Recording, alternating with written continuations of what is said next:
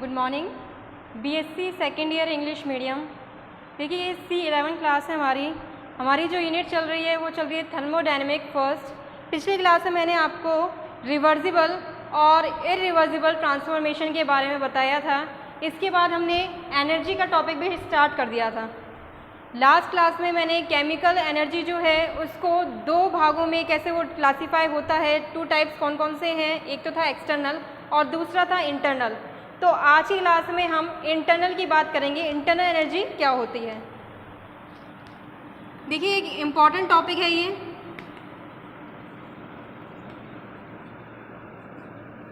Internal energy, जब भी thermodynamics में एनर्जी की बात हो रही है तो इसका मतलब है कि यहाँ पर इंटरनल एनर्जी की बात हो रही है।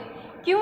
क्योंकि जो एक्सटर्नल एनर्जी होती है, एक्सटर्नल एनर्जी को मोस्टली नेग्लेक्ट कर दिया जाता है। एक्सटर्नल एनर्जी सम होती है पोटेंशियल एनर्जी और काइनेटिक एनर्जी का, तो सिर्फ इंटरनल एनर्जी जो है उसी को कंसिडर करते हैं, वही इम्पॉर्टेंट रहती है।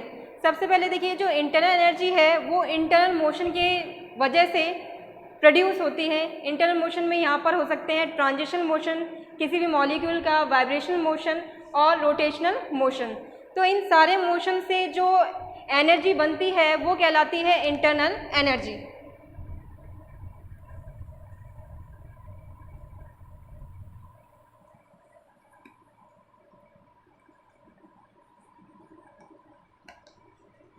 Due to internal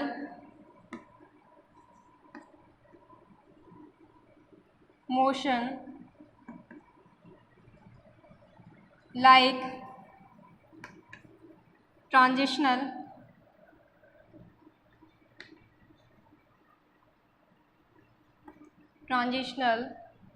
vibrational and rotational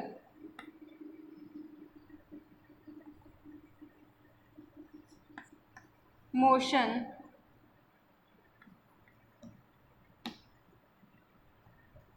is internal energy।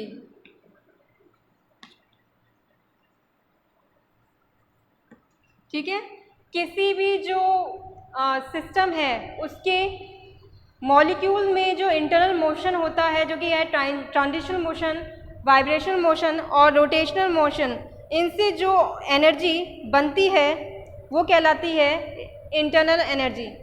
ठीक है, मॉलिक्यूल में। तो यहाँ पर देखिए मॉलिक्यूल शब्द भी ले लें, motion of molecule of system is internal energy.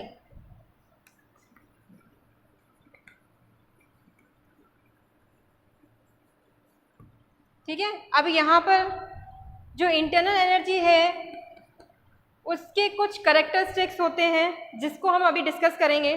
जैसे कि मैंने अभी बताया थोड़ी देर पहले कि जो इंटरनल एनर्जी है उस पर क्वेश्चन आ चुके हैं, प्रीवियस क्लासेस में आ चुके हैं, प्रीवियस ईयर्स में। तो यहाँ पर एक शॉर्ट नोट के टाइप में आता है, तो आपको उतना मैटर पता होना चाहिए कि आप एक शॉर्ट नोट लिख सकें। तो सबसे पहले देखिए इंटरनल एनर्जी को डिनोट कैसे करते हैं। इट इज डिनोटेड बाय ई और यू।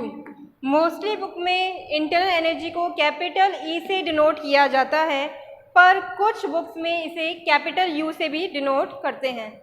ठीक है, नेक्स्ट है unit of internal energy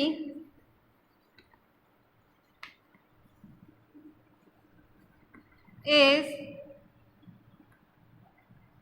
joule और kilo joule.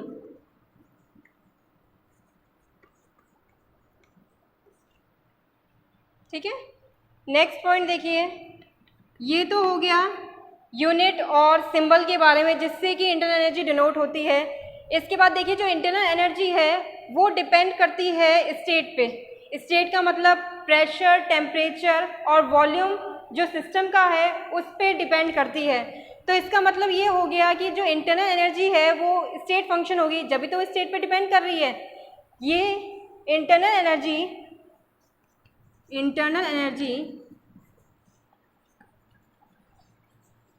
Depends on state of system that is P, V, T etc. ठीक है. So it is state function, not a path function.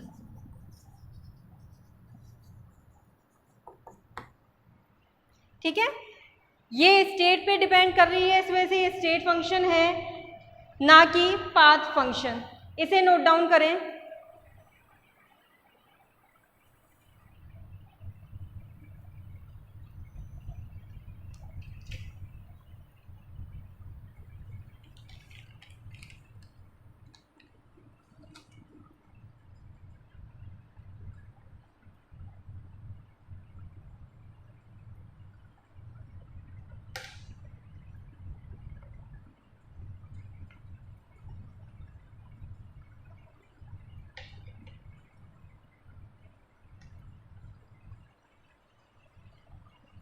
आगे देखिए कौन कौन से इसके कैरेक्टरिस्टिक्स हैं.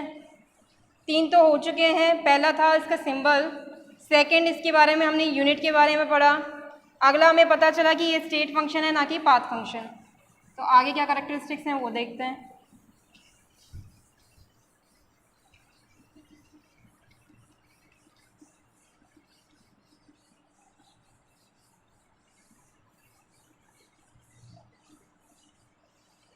अच्छा, एक चीज़ पिछली क्लास में मैंने आपको स्टार्टिंग में एग्जैक्ट डिफरेंशियल बताया था. एग्जैक्ट डिफरेंशियल क्या होता है? स्टेट फंक्शन के डिफरेंशियल को एग्जैक्ट डिफरेंशियल कहा जाता है ना. तो यहाँ पर हमें पता है जो इंटरनल एनर्जी होती है वो क्या होती है, एक स्टेट फंक्शन है, तो इसका डिफरेंशियल क्या कहलाएगा? Exact differential. तो फोर्थ पॉइंट है DE is an exact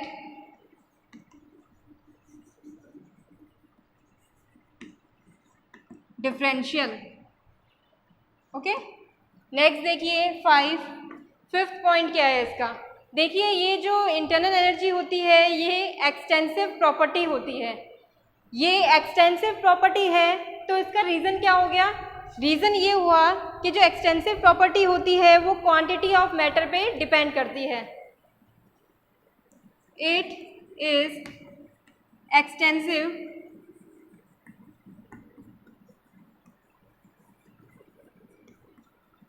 property which depends upon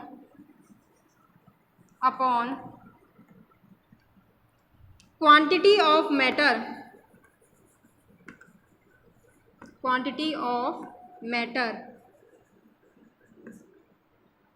ठीक है. तो इस तरह से हमने अब तक यहाँ पे 5 पॉइंट हो गए. 6 पॉइंट देखिए, जो इंटरनल एनर्जी है वो एक एल्जेब्रिक क्वांटिटी है. एल्जेब्रिक क्वांटिटी का मतलब यहाँ पर ये है कि ये पॉजिटिव और नेगेटिव दोनों ही हो सकती है. ये डिपेंड करता है उस कंडीशन पे. ठीक है. पॉजिटिव कब होगी इंटरनल एनर्जी, थोड़ा सा बता देती हूँ उसके बारे में. देखिए इंटरनल एनर्जी जो है उसे चेंज की फॉर्म में रिप्रेजेंट किया जाता है डेल ई. इनिशियल स्टेट में जो इंटरनल एनर्जी है और फाइनल स्टेट में इंटरनल एनर्जी है. फाइनल स्टेट की इंटरनल एनर्जी मैं मान लेती हूँ E2 है, इनिशियल स्टेट की E1 है, तो ये इक्वल हो जाएगा डेल ई के. ठीक है. सबसे पहली चीज़. अब यहाँ पे मैंने जैसे ये बताया आपको कि जो इंटरनल एनर्जी है वो एल्जेब्रिक क्वांटिटी है जो कि पॉजिटिव और नेगेटिव दोनों हो सकती है. तो जो इंटरनल एनर्जी है नेगेटिव कब होगी?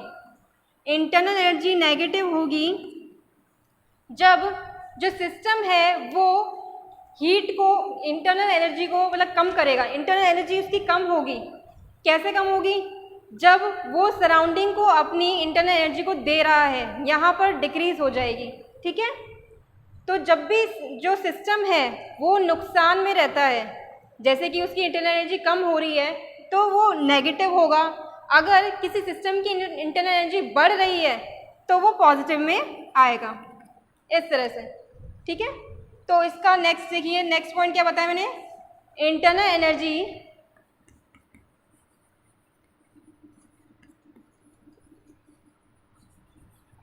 is algebraic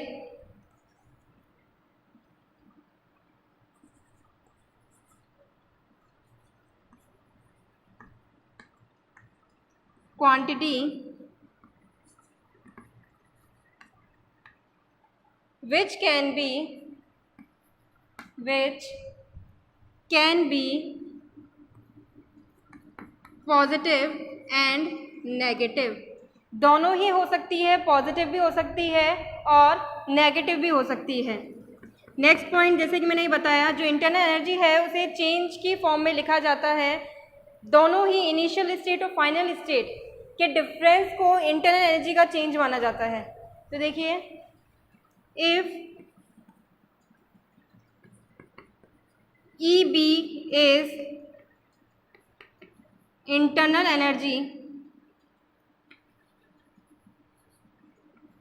at state internal energy at state B and EA is internal energy at state B, then change in internal energy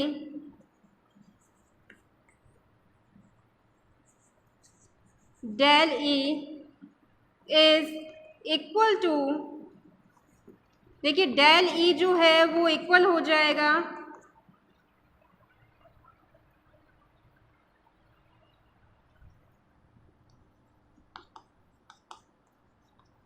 अगर मैं यहाँ पे एक चीज़ और मेंशन कर दूँ, जो स्टेट बी है वो फाइनल स्टेट है।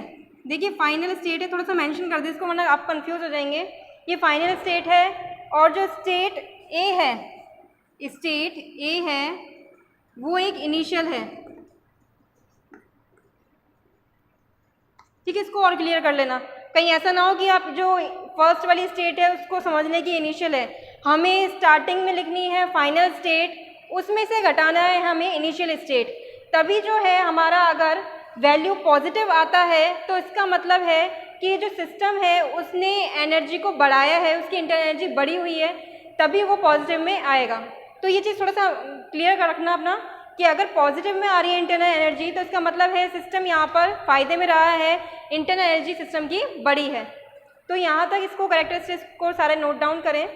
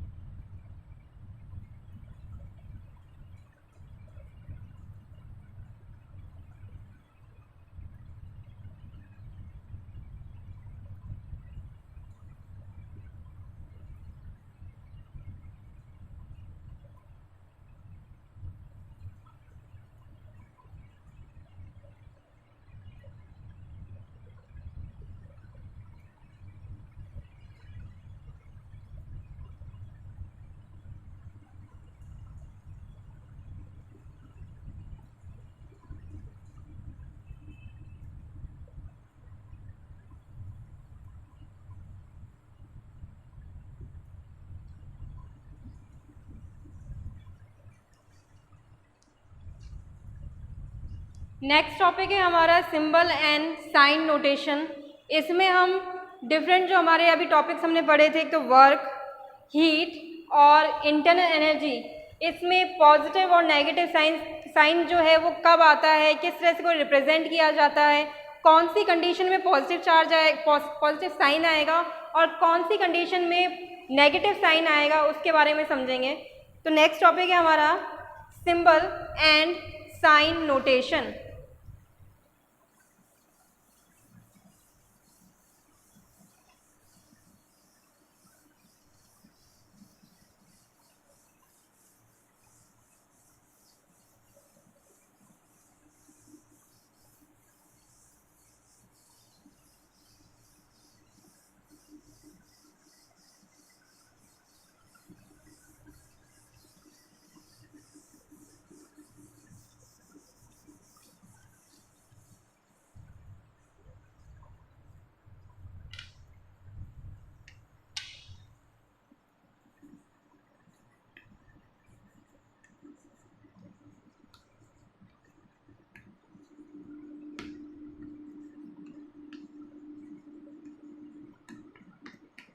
Symbol and sign notation.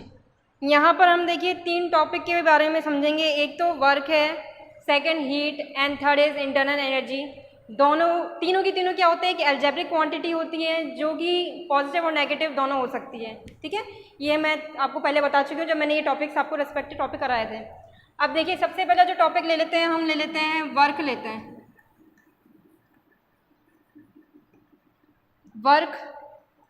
Work को हम डिनोट किससे करते हैं? वर्क को हम डिनोट करते हैं सबसे पहले W से। W से ये डिनोट होता है। तो देखिए जो W है वो पॉजिटिव और नेगेटिव दोनों हो सकता है। W पॉजिटिव कब होगा? W पॉजिटिव जब होगा जब जो सिस्टम है वो फ़ायदे में होगा। सिस्टम कब फ़ायदे में होगा? जब वो दूसरे पे काम करेगा, खुद पे काम नहीं करवाएगा। तो जब सिस्टम सराउंडिंग पर वर्क करता है, यानी सिस्टम सराउंडिंग पे काम कर रहा है, उस पे मतलब सराउंडिंग जो है उसके ऊपर काम कर रहा है, तो वो खुश है, वो पॉजिटिव में है। जबकि अगर सिस्टम के ऊपर काम हो रहा है, यानी सराउंडिंग वर्क्स अपॉन सिस्टम, इस कंडीशन में जो सिस्टम है, जो वर्क है हमारा, वो नेगेटिव आएगा, W नेगेटिव। ठीक है, तो यानी अगर सिस्टम सराउंडिंग पे वर्क करता है तो W पॉजिटिव है, लेकिन अगर सिस्टम के ऊपर वर्क होता है सराउंडिंग के द्वारा तो वो नेगेटिव में आ जाएगा। तो इसको मैं आपको लिख देती हूँ ताकि आप क्लियर रहें इस चीज़ से।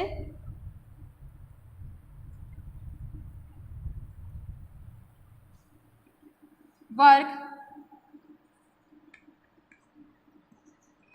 it is denoted by W। First condition देखिए, if system works on surrounding then system surrounding पर वर्क कर रहा है, then work will B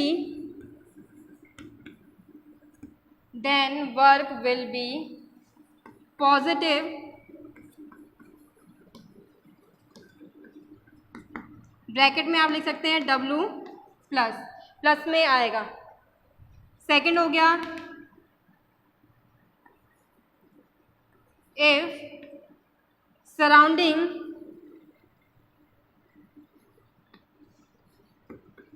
works on system. अब देखिए सिस्टम जो है उसके ऊपर काम हो रहा है, सिस्टम यहाँ नुकसान में है, then work will be negative bracket में लिखें -W। ठीक है, इस तरह से ये हो गया हमारा वर्क का कि कब पॉजिटिव है कब नेगेटिव है। सबसे पहले इसे नोट करें, फिर इसके बाद हम हीट देखेंगे और इंटरनल एनर्जी को भी देखेंगे।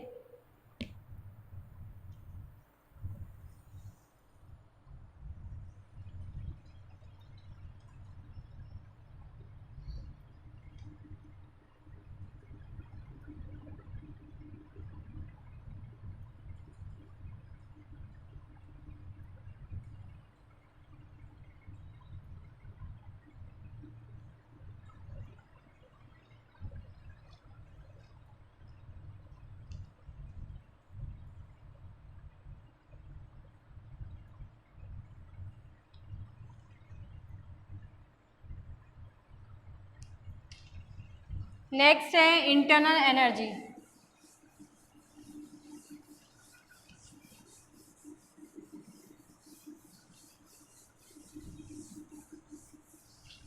अब देखिए जो इंटरनल एनर्जी है उसके बारे में मैंने आपको अभी बताया कि जो इंटरनल एनर्जी है उसको E या फिर U से रिप्रेजेंट किया जाता है। तो मैं थर्मोडायनेमिक्स फर्स्ट में मैं यूज़ करूँगी कैपिटल E। तो आप इस चीज़ को क्लियर रखना कि मैं यहाँ पर कैपिटल E यूज़ कर रही हूँ, तो कई जगह बुक्स में आपको कैपिटल U भी मिलेगा, तो दोनों ही चीज़ एक हैं। तो E जो है इंटरनल एनर्जी, उसे हमेशा चेंज की फॉर्म में लिखा जाता है, जैसे कि मैंने अभी बताया। किस वे में? ये लिखा जाता है डेल ई। मतलब इनिशियल और फाइनल स्टेट में जो है इंटरनल एनर्जी में क्या डिफरेंस आया है उसकी बात यहाँ पर की जाती है, ना कि सिर्फ सिंगल ई लिखा नहीं जाता। तो देखिए सबसे पहले internal energy,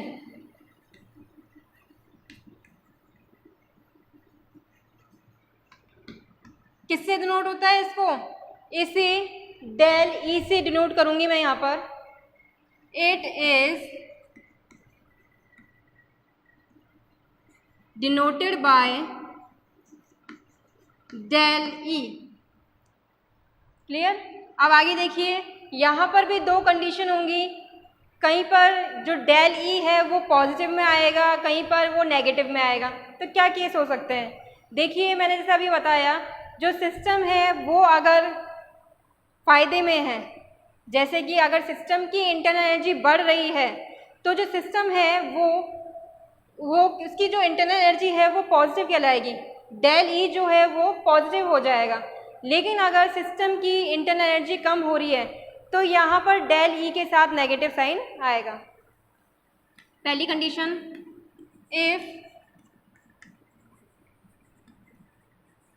internal energy of system,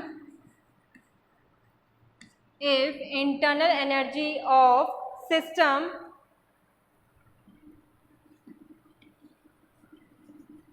increases, then del E will be positive.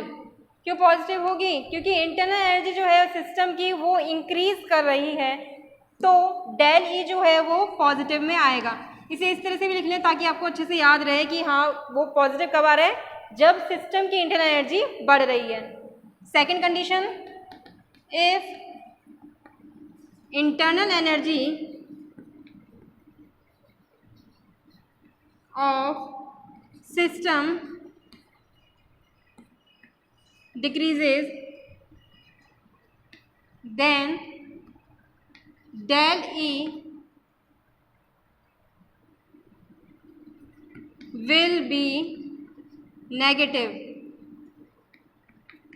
ठीक है, इस तरह से इसे रिप्रेजेंट किया जाएगा। डेल ई जो है वो नेगेटिव में आएगा, कब, जब जो सिस्टम है उसकी इंटरनल एनर्जी डिक्रीज हो जाएगी। तो इसे भी आप नोट डाउन करें कि किस तरह से ये नेगेटिव में आ रहा है।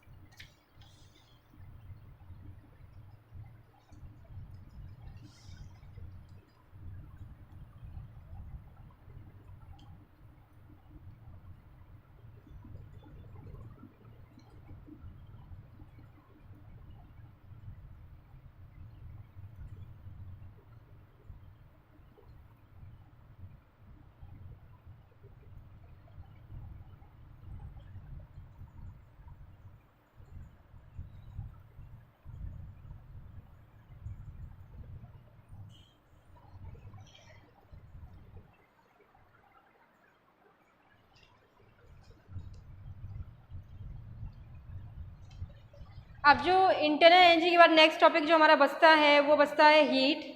हीट के बारे में देखिए जो हीट होती है उसे रिप्रेजेंट किया जाता है स्मॉल क्यू से।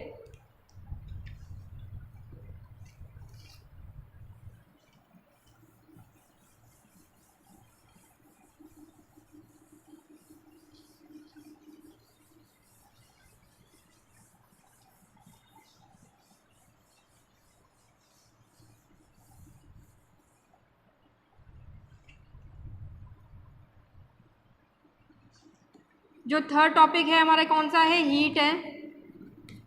हीट को डिनोट करते हैं स्मॉल क्यू से। It is denoted bye Q. अब देखिए जो क्यू होता है, थोड़ा सा बता देते हैं इसके बारे में। हमने पढ़ा था पिछली क्लास में, दो तरह के फंक्शन होते हैं, एक तो होता है स्टेट फंक्शन और दूसरा होता है पाथ फंक्शन। पाथ फंक्शन जो कि पाथ पे डिपेंड करते हैं, जिससे जो सिस्टम है इनिशियल स्टेट से फाइनल स्टेट में आता है उसके पाथ पे डिपेंड करते हैं पाथ फंक्शन। तो जो क्यू होता है एक पाथ फंक्शन होता है, अगर आपको याद नहीं हो तो एक बार रिवाइज करा दूं, क्यू एक पाथ फंक्शन होता है, इसका डिफरेंशियल क्या कहलाता है, इन एग्जैक्ट डिफरेंशियल। तो देखिए आगे क्यू जो है वो भी एक एल्जेब्रिक क्वांटिटी है जो कि पॉजिटिव और नेगेटिव दोनों ही हो सकती है। तो क्यू पॉजिटिव और नेगेटिव कैसे हो सकता है, जैसे कि मैंने बताया सिस्टम जब भी फायदे में होता है तो वो पॉजिटिव होता है और जब नुकसान में होता है तो वो नेगेटिव में होता है। तो देखिए जब सिस्टम सराउंडिंग से हीट को एब्जॉर्ब करता है, मतलब वो हीट को गेन कर रहा है, तो वो पॉजिटिव में होगा, यहाँ पर क्यू पॉजिटिव में आएगा। सेकंड कंडीशन में अगर जो सिस्टम है वो हीट दे रहा है सराउंडिंग को, यहाँ पर हीट का लॉस हो रहा है सिस्टम से, तो जो हीट लॉस होने की वजह से क्यू जो है वो नेगेटिव में आएगा। तो फर्स्ट कंडीशन देखिए, if system absorb heat from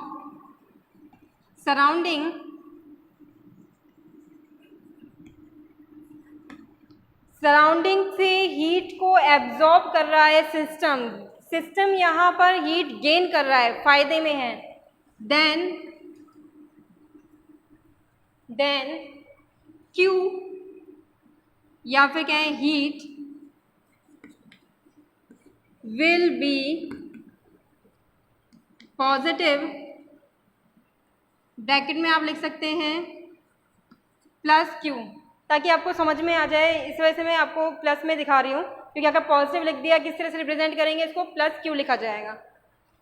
second है इफ सिस्टम, सेकंड कंडीशन में क्या होगा, सिस्टम यहाँ पर लॉस में रहेगा, सिस्टम की जो हीट है वो डिक्रीज होगी। कैसे डिक्रीज होगी, जब सिस्टम हीट देगा सराउंडिंग को। If system gives heat to surrounding then heat, bracket में लिखे Q विल बी नेगेटिव। इस तरह से इसे रिप्रेजेंट किया जाएगा। तो ये हो गया हीट के बारे में, इसे भी नोट डाउन करें। दो तरह से इसको रिप्रेजेंट किया जा सकता है, प्लस से और माइनस से।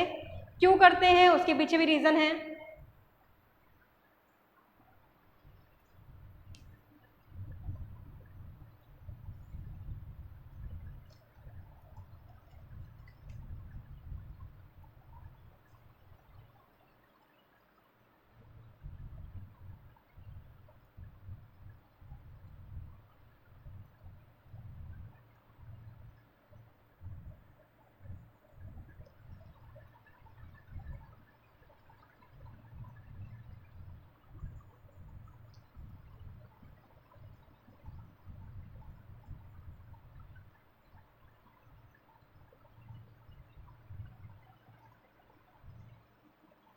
तो देखिए आज की क्लास में हमने क्या पढ़ा।